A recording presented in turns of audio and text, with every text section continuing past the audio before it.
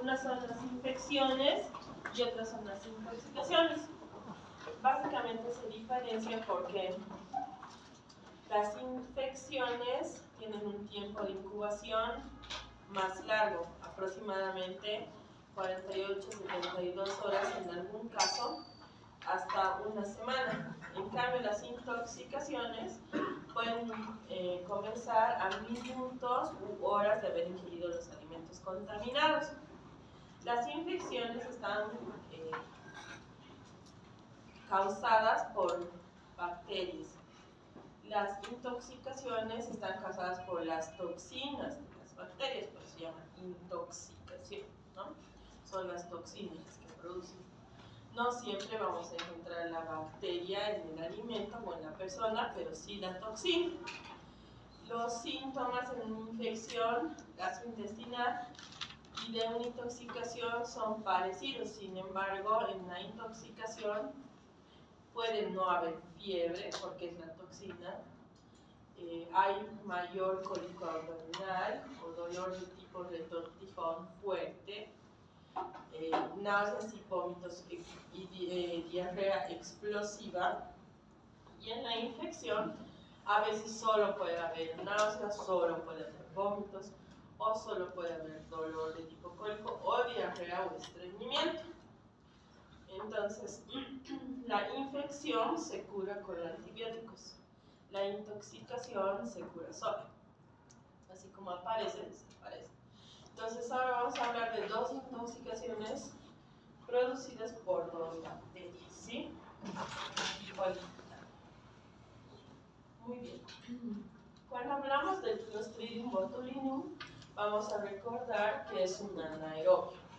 ¿Qué significa? Que es una bacteria difícil de cultivar porque necesitan atmósferas de desarrollo con una concentración de oxígeno menor al 20%. Entonces, no es una bacteria que desarrolla comúnmente. Necesita características especiales. Hablamos de anaerobios estrictos, cuando hay concentraciones de oxígeno de microaerofilia no desarrollan, solamente necesitan concentraciones muy bajas. O hablamos de aerotolerantes, que son anaerobios que pueden desarrollar con concentraciones mínimas de oxígeno. Los anaerobios como tal se clasifican en dos grupos, anaerobios esporulados y no esporulados. Los esporulados están en el género Clostridium y ahí tenemos varios clostridios que son patógenos humanos: el Clostridium tetani, el botulinum, el Vibringens, el difficile, de los cuales el botulinum produce infección gastrointestinal. Los no esporulados tenemos a bacteroides, Prevotella, porfiromonas, fusobacterias y streptococos, de los cuales muchas especies producen infecciones en el cerebro. Estas bacterias normalmente se encuentran como parte del microbioma, sí, en lugares donde hay poca concentración de oxígeno en el cuerpo humano. ¿Cuáles son esos lugares? Son lugares que no tienen acceso a irrigación y no están en contacto con el medio externo, o lugares cuyo microbioma ha cerrado la comunicación con el medio externo y estas bacterias desarrollan, por ejemplo, las glándulas sudoríparas, ¿sí? Después los folículos pilosos y las hendiduras gingivales, cuando no hay una buena higiene de los dientes y las personas no se lavan de manera adecuada los dientes, desarrollan los anaerobios y estos producen patología. O algunas cánulas del tracto gastrointestinal y urogenital que no tienen contacto con el medio externo, sino que carecen de contacto con el medio externo y no tienen oxígeno. Lo malo de los anaerobios, o de casi todos los anaerobios, es que estas bacterias son difíciles de tratar y además, por lo general, producen infecciones letales, pero no porque la bacteria sea más patógena que el resto, sino que el diagnóstico nos lleva más tiempo y puede ser que lo pillemos tan cerca de la letalidad que el paciente no se salve. Como la mayoría de las infecciones sistémicas tienen el mismo sintomatología o pasan por las mismas etapas, a veces encontrar el agente etiológico es un poco complicado, y en bacterias anaerobias cuya patología no es muy frecuente, casi no pensamos, pero no nos debemos olvidar que existe. Aparte que las infecciones por anaerobios tienen diferentes características. Son polimicrobianas. ¿Qué significa? Que si nosotros obtenemos una muestra del lugar infectado o del sitio del espécimen, van a desarrollar no solo anaerobios, sino otros microorganismos también que pueden también contribuir a la patología y a la gravedad del proceso infeccioso. Entonces, vamos a ver que no solamente es una bacteria la que produce. El segundo es que provienen de la flora microbiana normal o del microbioma. ¿Qué significa? Que las mismas bacterias que se encuentran en el organismo como colonizadoras son las patógenas y se transmiten de hombre a hombre, van de persona a persona. Entonces, no siempre, cuando hacemos un muestreo en un hospital, todos pueden estar colonizados por la misma bacteria, pero no todos tienen la infección por eso. Hablemos del Clostridium como tal. Cuando hablamos de los clostridios, vamos a ver que dentro de este género existen 135 especies, bien identificadas y definidas. Sin embargo, estas que se diferencian por el tipo de ARN, nosotros las encontramos 4 que son de importancia médica. El Clostridium perfringens, que produce gangrena gaseosa en el tejido muscular. El Clostridium tetani, que infecta el sistema nervioso central y produce lo que es el tétanos. El Clostridium botulinum, que produce diferentes patologías. Y la enterocolitis necrotizante, que es producida por el Clostridium difficile en el tracto gastrointestinal como consecuencia del abuso de antibióticos. Ahora vamos a hablar netamente del Clostridium botulinum. Entonces, todos los Clostridium son bacilos gram positivos, todos. Son rectos y se caracterizan porque son de extremos redondeados. Dependiendo del tipo, pueden ser pequeñitos, medianos o grandes. Y tienen flagelos alrededor de toda la bacteria, lo que significa que son microorganismos móviles. Lo más importante, o la característica más importante del Clostridium, es que tiene una espora. ¿Qué es una espora? Una forma resistente de la bacteria. Una forma de resistencia. ¿Cómo aparece la espora o cómo se genera?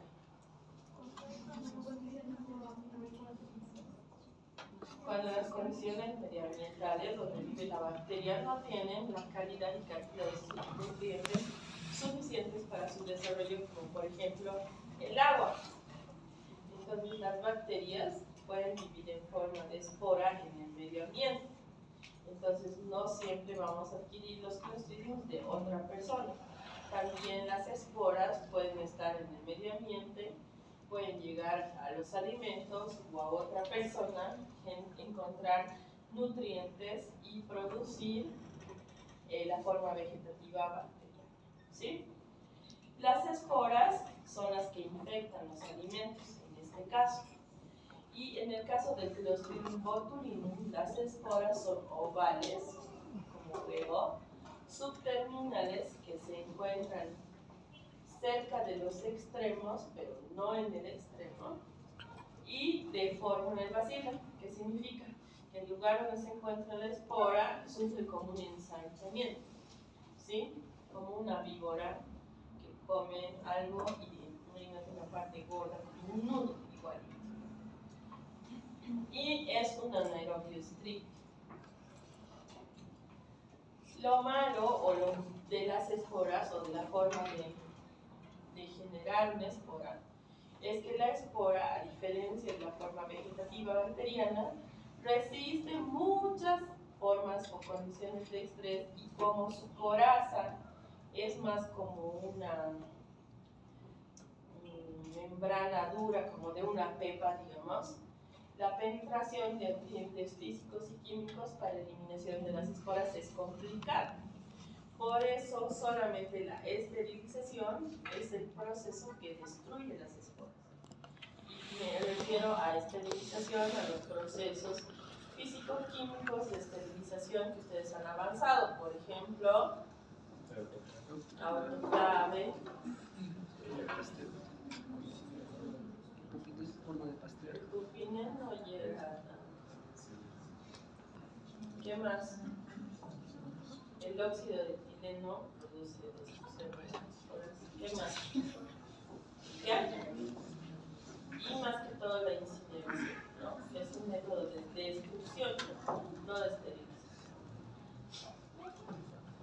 Entonces, la espora hace que esto resista. Ahora, dependiendo de la cepa, del Clostridium botulinum y del tipo de pared, esta se clasifica en serotipos A, B, C, D y 5, ¿ya? Lo más importante del Clostridium botulinum es que produce una toxina. Todos los días en la tele se dan cuenta. Es la toxina botulínica, que se llama, o más comúnmente conocida como Botox. El Botox que las personas utilizan, ya no son las personas, para no tener arrugas, es obtenido de una bacteria. O sea, la toxina botulínica se obtiene del Clostridium botulinum. Entonces, ¿qué hace el Botox para que no haya arrugas? Paraliza los nervios y, obvio que si tu nervio está paralizado no vamos a tener ni siquiera expresión en la cara. Las personas que tienen Botox se ven una cosa estirada, nada más, ¿no ven? Cuando ríen ni siquiera se forman cirquitos. No sabes si está riendo o está llorando. Entonces la toxina botulínica lo que hace es paralizar los nervios por un tiempo. Entonces las personas que usan Botox todo el tiempo se tienen que poner, porque cuando deja de tener su acción, el músculo sigue siendo vivo, ¿eh? Igual envejece, solo que no se ve por la parálisis. Cuando deja de haber acción del Botox, las personas que dejan de utilizar Botox se arrugan peor. ¿Por qué? Porque el ejercicio, lo que nosotros hacemos, como hablar cuando cantamos, reímos, bostezamos, tosemos, nuestros músculos se ejercitan y tienen un tono hitrofismo. Si está paralizado y cuando reímos y hacemos todo lo demás, el músculo no está trabajando, entonces pierde, pues claro, se atrofia. Tiene su tono hitrofismo. Entonces cuando deja de cumplir su función el Botox, se arruga como uva pasa. Entonces se ve más arrugada la persona. Entonces, antes de pincharse Botox, piensen bien que toda la vida se tiene que pinchar. Y no solamente eso, sino que los músculos se acostumbran a estar paralizados. Entonces, llega un momento que ya no se puede recuperar el tonotrofismo y la movilidad de los músculos, ¿sí? Entonces, esta toxina botulínica es muy potente y se la conoce como neurotoxina. Esta neurotoxina es letal en menos de 1 miligramo, por eso lo que se coloca en la cara tampoco es la toxina como tal, se inactiva ciertas partes para que no sea letal. Esta toxina es la generación de la toxina botulínica se encuentra dentro de un fago. Entonces, no todos los Clostridium botulinum producen toxina botulínica. Tienen que tener este fago que se expresa en su cromosoma para que genere la toxina. Es es una toxina termolábil, lo que significa que temperaturas mayores a 60 grados inactiva. Entonces se puede destruir a 100 grados. Hasta el momento existen 7 serotipos antigénicos de toxina botulínica conocida. Los serotipos que producen patología en el hombre son A, B y E. El C y el D producen patología en aves y en animales. Y el G todavía no se sabe dónde produce. Clasificamos en serotipos o grupos definidos dependiendo la conformación de la toxina termolábil. El antígeno que se encuentra en los flagelos, que se conoce como antígeno H, y el antígeno que se encuentra en las esporas. Entonces, todos estos antígenos conforman un serotipo. Ahora, ¿qué enfermedad produce el Clostridium botulinum? El botulismo, así se llama la enfermedad. El botulismo es una enfermedad infecciosa clínica de tipo intoxicación.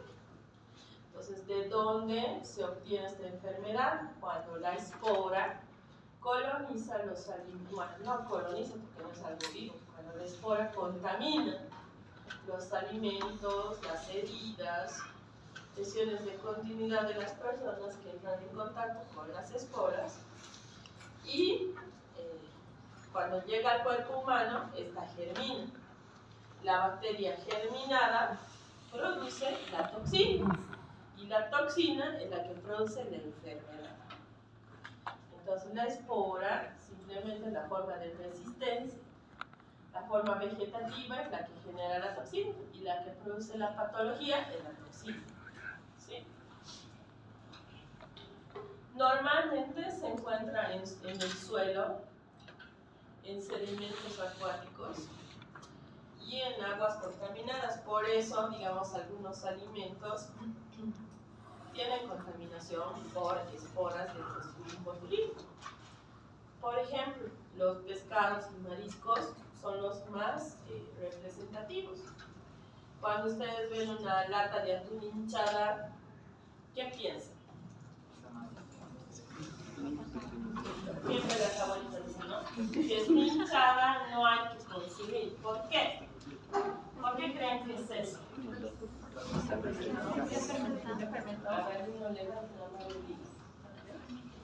¿Por qué?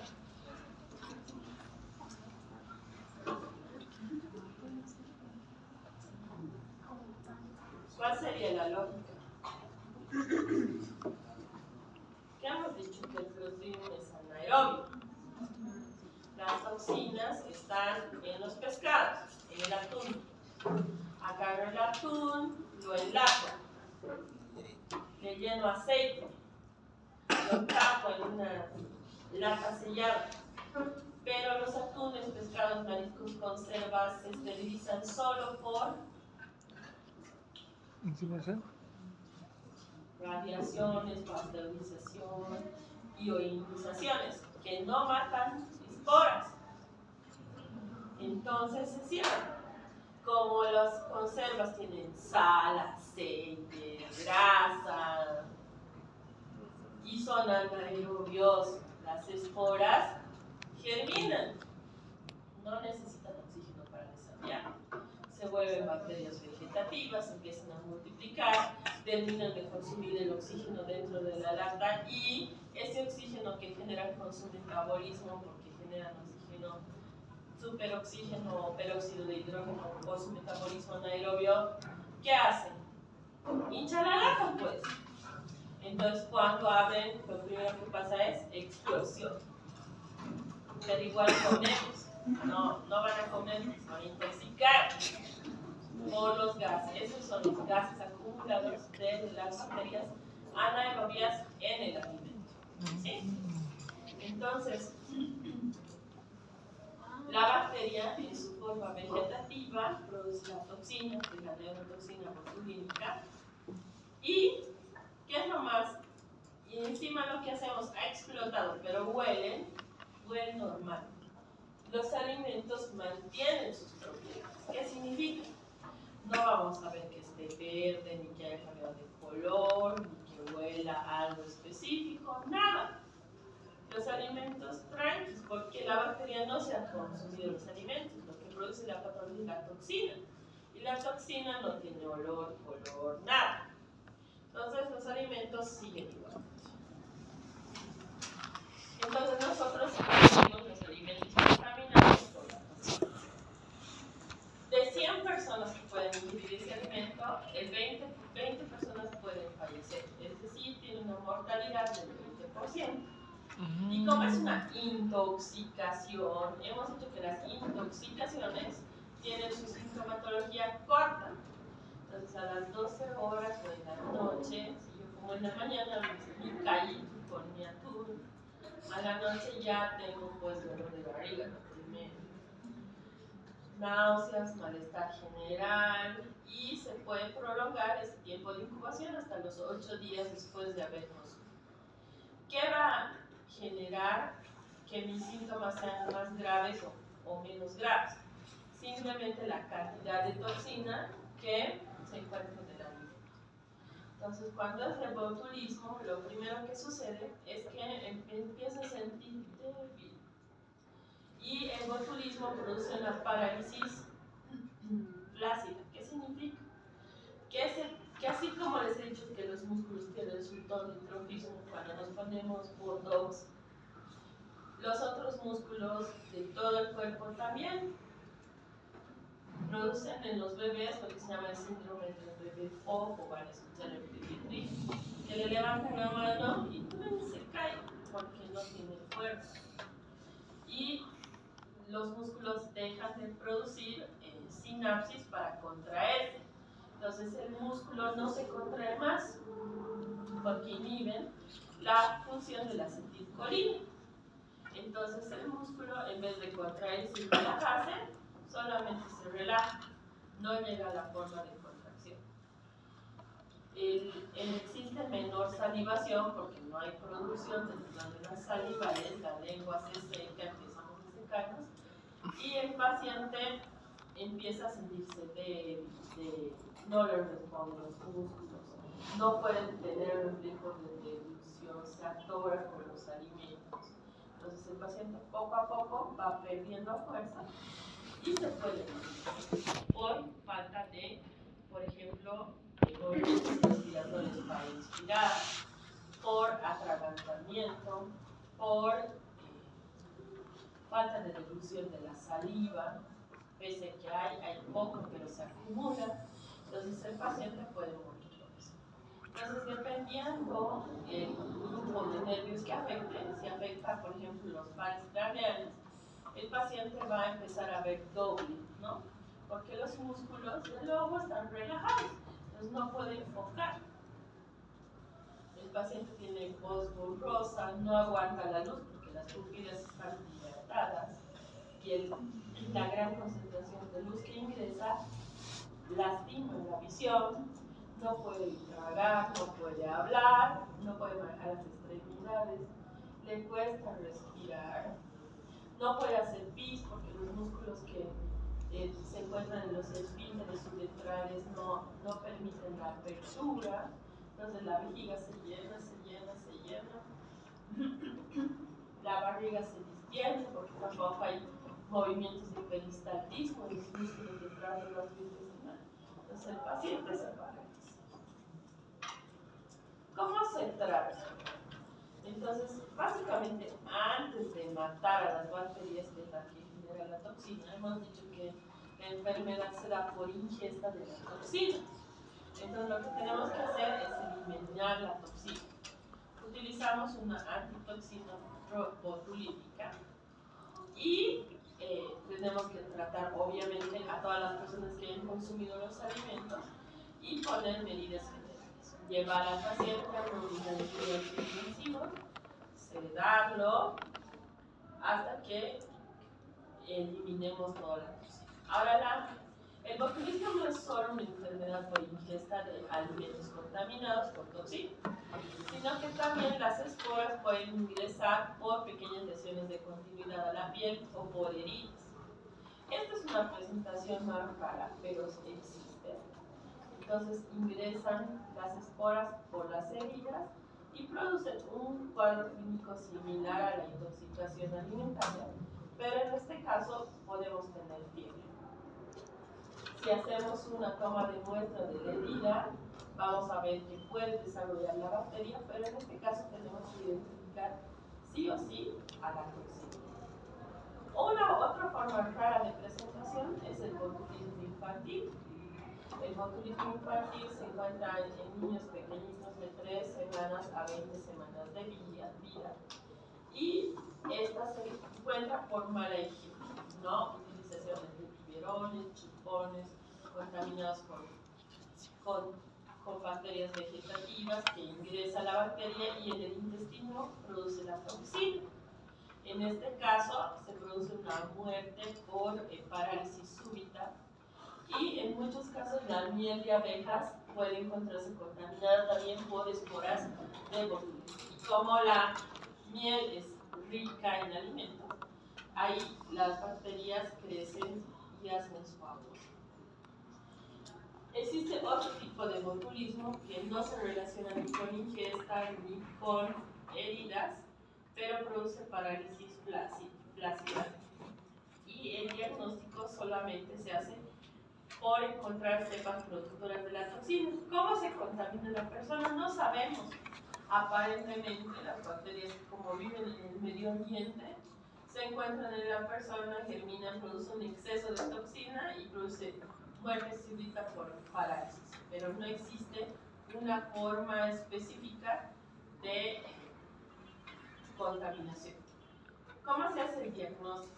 Como es un microorganismo anaerobio difícil de cultivar, el diagnóstico lo tiene que certificar un laboratorio de referencia, donde encuentre la bacteria y a su vez determine que la bacteria produce la toxina.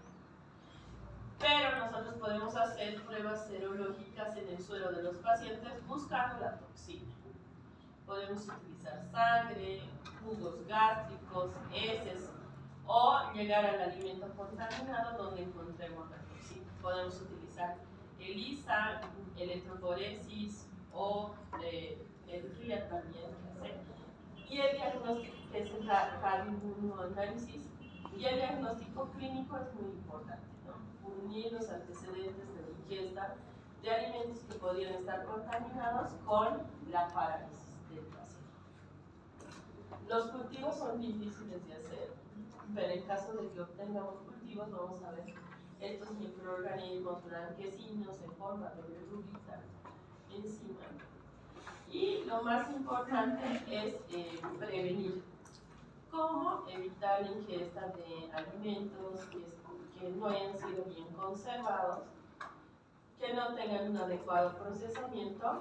Y existe una vacuna para las personas que trabajan en el procesamiento de alimentos, que es una antitoxina, ¿sí? No es de uso común, pero existe. Otro de las bacterias que produce intoxicación alimentaria es la listeria. En este caso, la listeria es un bacilo también, pero es un bacilo muy interesante porque afecta a lo que más nos gusta, generalmente la carne molida, hamburguesa. Y lo más interesante es que esta bacteria desarrolla muy bien en el refrigerador. A temperaturas del refri desarrolla paquilasis. Entonces es una bacteria que coloniza muchas veces el arroz y la carne que no está bien cocida, ¿sí? Y generalmente se encuentra en carne molida. Así que tengan cuidado, no me comen hamburguesas. Por toda la cena vayan a ver con cara de listeria. Entonces el género y especificado es la listeria monocytosis. Dentro del género listeria existen 3 especies de importancia. Son bacilos muy pequeñitos, delgaditos, son estos sí, al contrario del botulismo, son 100% aerobios obligatorios. porque crecen en el refrigerador, ¿no? Les estoy diciendo, entonces necesitan oxígeno y se cultivan fácilmente. A diferencia del anterior, sino que era difícil aislar y encontrar, esta es fácil. Solamente necesitamos agar sangre, que es un agar común, y desarrollo. Tiene una hemolicina, produce hemólisis completa o beta hemólisis. Y si hacemos pruebas al bacilo, es catalasa positiva, oxidasa negativa. Al igual que el Clostridium botulinum, este tiene flagelos, pero no alrededor. Toda la bacteria tiene un polo. ¿Sí?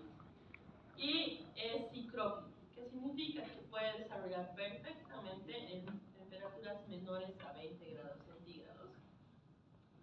Como las carnes y los vegetales que están en el refrigerador, tranquilamente. Entonces no es tan seguro guardar los alimentos en el refrigerador. También se contaminan de bacterias. La listeria en algunos casos se encuentra colonizando la vagina en la mujer. Puede vivir ahí, puede vivir en el medio ambiente. Es una bacteria importante porque generalmente contaminan neonatos a través del parto vaginal.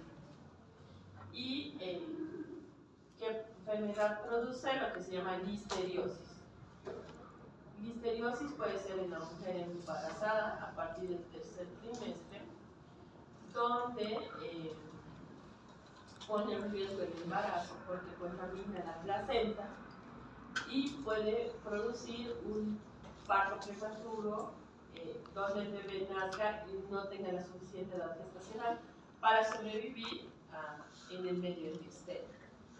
En neonatos, el bebé se contagia al atravesar el canal del parto y puede aspirar la bacteria o ingresar dentro del tracto gastrointestinal y provocar sepsis neonatal.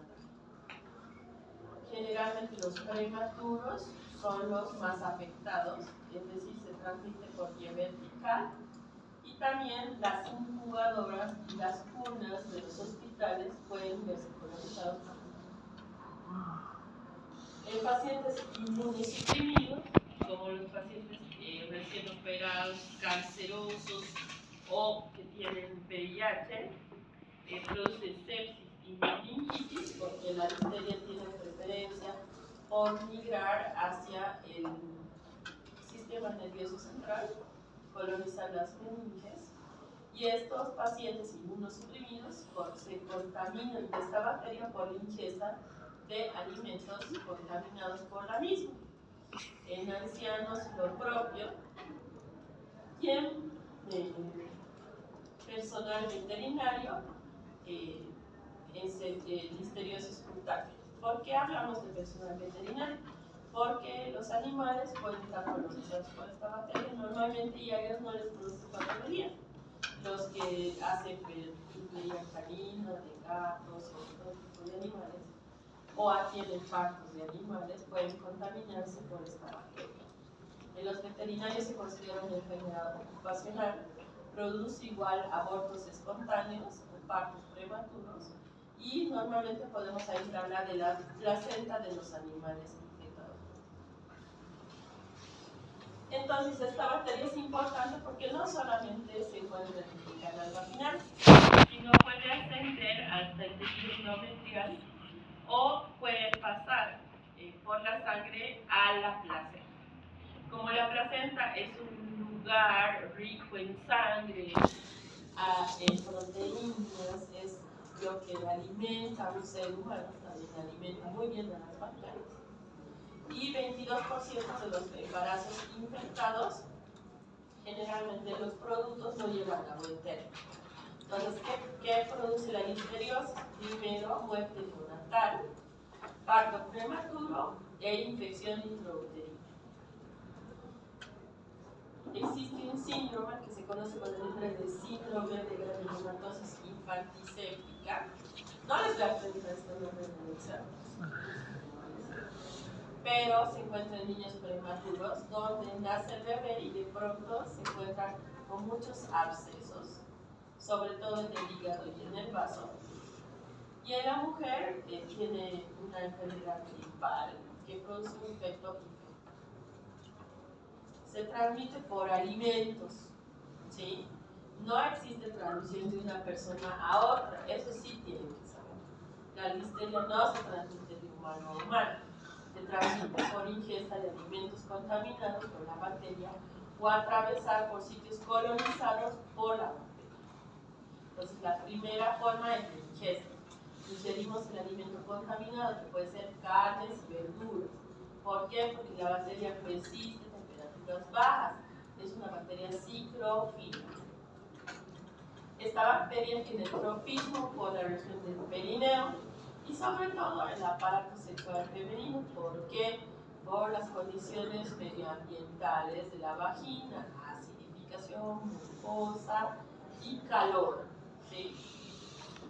Cuando el bebé atraviesa el canal del parto, inhala la bacteria de líquido contaminado que recubre el vaso. Solamente nos infectamos 5 minutos. Ay, 3 minutitos, acabo una infección duradera y tiene, como es una bacteria, tiene una pared, tiene un antígeno somático, luego un antígeno flagelar y una virulencia, ¿sí? Coloniza animales y hombres, pero no se transmite de persona a persona, ¿sí? Normalmente vive en los suelos y 5% de las personas lo tienen en el intestino. ¿Cuáles son los alimentos que tienen listeria? Leche, crema de leche, pastés, pollo, lechuga, alfalfa, ensaladas de arroz, todo queso, crema, salames, salchichas, todo lo que nos gusta. Ingresa por la vía oral, se necesitan solamente 1000 millones de bacterias. En 11 días produce la enfermedad y tiene tropismo por el sistema nervioso central y la placenta. Ingresa dentro de las células al citoplasma, produce una enzima que se llama listeriolísina, destruye y se replica en 1 hora. Tiene una proteína que se conoce con el nombre de AA, que contamina las células que se encuentran alrededor de la célula infectada y se puede usar en todas estas muestras: conjuntiva, oído, garganta, boca, sistema nervioso central, mejillones, sangre, líquido amniótico, placenta y sobre todo secreción. La hallamos en un agar enriquecido como el soya tríptica super sangre. Puede vivir a 4 grados centígrados y por PCR podemos obtener de los alimentos contaminados. El tratamiento es fácil, utiliza desde ampicilina hasta amoxicilina y cotrimazole cuando se diagnostica tiempo. Y lo más importante es evitar no comer alimentos crudos, carne bien cocida, lavar los vegetales, ¿sí? No tomar leche pasteurizada, así que nada de sangrías cuando hagan provincia, ¿sí? Nada de eso. Y evitar los quesos de origen criollo, no recalentar las comidas, ¿sí? Y abstenerse de comidas de los precios públicos, que es lo más complicado.